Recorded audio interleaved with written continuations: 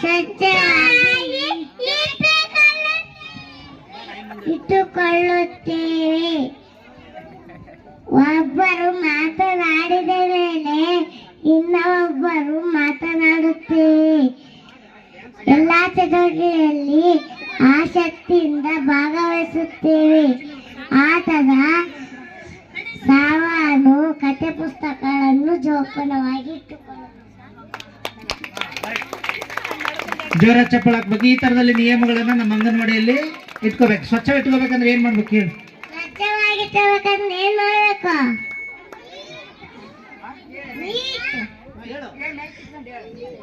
NEET. ಅದೇಂಗೆ NEET?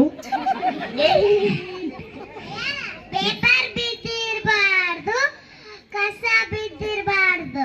ಹೌದಾ? ಹಂಗೆ ಎಲ್ಲಿ ಹಾಕ್ಬೇಕು? ತಗೊಂಡೋಗಿ ಎಲ್ಲಿ ಹಾಕ್ಲಿ? ಅಲ್ಲಿ ಹೊರಗೊಂದು ರಟ್ಟಿ ಇರ್ತೈತೆ, ಅದ್ರಾಗ ಹಾಕು.